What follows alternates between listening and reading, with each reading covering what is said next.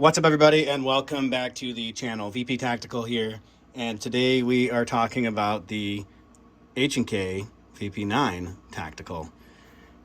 Pretty sweet gun. I actually had a chance to pick this thing up on consignment months ago. Did some shooting with it, wanted to really play around with it before I gave my thoughts on it, and needless to say, I think HK knocked it out of the park on this one. Really, the German manufacturers seem to have a next level idea when it comes to machining, fit and finish, and everything else. Nothing wrong with American manufacturers, but man, like I said, HK I think did a phenomenal job with this one. This is actually, in fact, if you're looking at it, you're probably wondering why it doesn't have the really tall suppressor sights or the cutout for the optic, and that's because this is the first gen, from my understanding, VP9 Tactical. And so some minor differences between this one and the newer models. I mean, obviously the newer models, again, they're coming with the taller suppressor height sights, which is a little odd that HK decided to put on a threaded barrel with the thought that these were going to be used for suppressors, and they use standard height sights. A little weird, but nonetheless, they did actually use Trigicon True Dots, and these are metal glow-in-the-dark sights. So cool nonetheless. I'm just a little surprised, like I said, that they didn't put actual suppressor height sights on it. Just a little odd to me. But what's really unique about this particular pistol is that it's actually very customizable. And so you've got a number of different things that you can change on here. One, if you notice, there's actually these little tabs in the back. If you were to pull off this sight, you could actually remove these little fins. These are actually to help you grip the gun. And we'll show you that it is actually, in fact, empty. So you have these little tabs in back, and if you don't like them, you can certainly take them off. When it's interesting enough too, is it actually just shows you if the hammer is cocked, so to speak, and if it's ready to fire. So pretty cool. I'm talking about the adjustability. It came with a different back strap, so you have the ability to customize it to fit your particular hand. The grip, awesome. Ergo fits my hand perfectly. I absolutely love it. The checkering's great. Probably my favorite thing about this gun, which I think other people have raved about as well, is the trigger. This factory trigger is phenomenal. I've done more than my fair share of upgrades, and this one just has a phenomenal trigger. Relatively short reset, clean, crisp break. I mean, all the way around, it's pretty solid.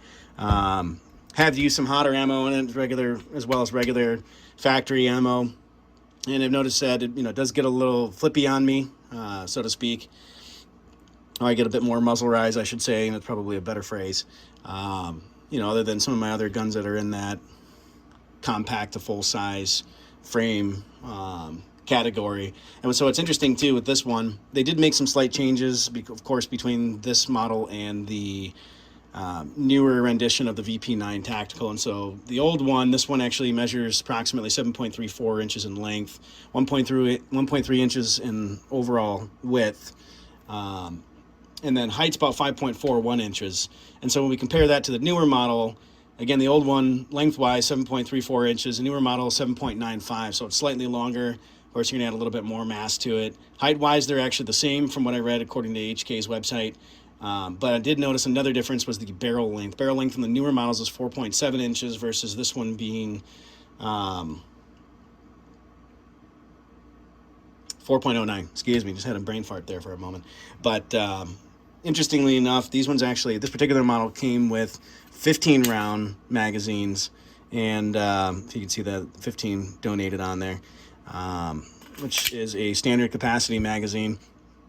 And you can get, for the newer ones, or for the newer model, which actually hot swappable to this, they take the 17-round magazines, which I have a couple of those as well. All are standard capacity magazines for this particular gun. And what's interesting, too, between this one, aside from getting the threaded barrel, which is actually a unique thread pitch in its reverse, too, on top of that, you get the threaded barrel, the suppressor height sights, and then with this one, it actually doesn't use a O-ring, according to HK, on the VP Tactical series, or the VP9 Tactical series, as opposed to the regular VP9. for lockup, and that's just because of the fact that they anticipate you using of the suppressor, and I guess it caused issues with hangups and or other problems. So they opted not to use it on this particular pistol. But through and through, I mean, if you can find one of these out there, they're certainly a gem.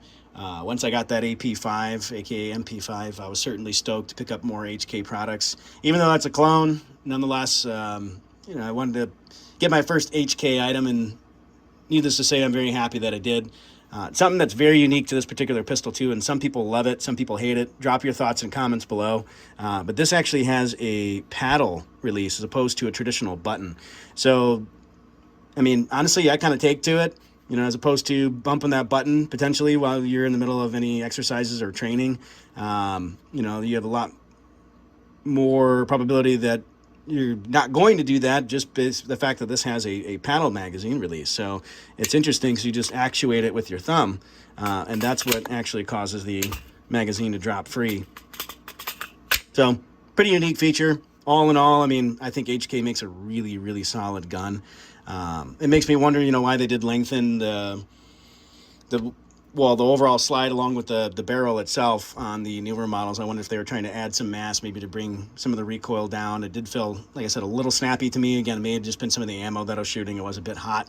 But I have seen a lot of guys rock the extended comps on here that slide on, or the ones that actually twist on via the threaded barrel. And so, effort to make this shoot as flat as possible. But other than that, aside from, like I said, the recoil, it is a shooter, and this thing is pretty darn spot on. Of course, ammo makes a difference, and of course the shooter too. So, I mean, those are things to think about as well. But all in all, it's a pretty darn solid gun for the money, and I'm pretty pleased with it overall. So again, drop your thoughts and comments below. What do you think about this paddle release? Thoughts, questions, comments, concerns? I kind of dig it. Like I said, I'm liking it. But anyway, appreciate you folks stopping by. Hopefully you like my review of the VP9 Tactical. Be safe, stay vigilant, and definitely hit that like and subscribe button for future content. Got some more stuff coming out. I'm going to look at an AK-47 and some other goodies to go with it. Appreciate you as always, and take care.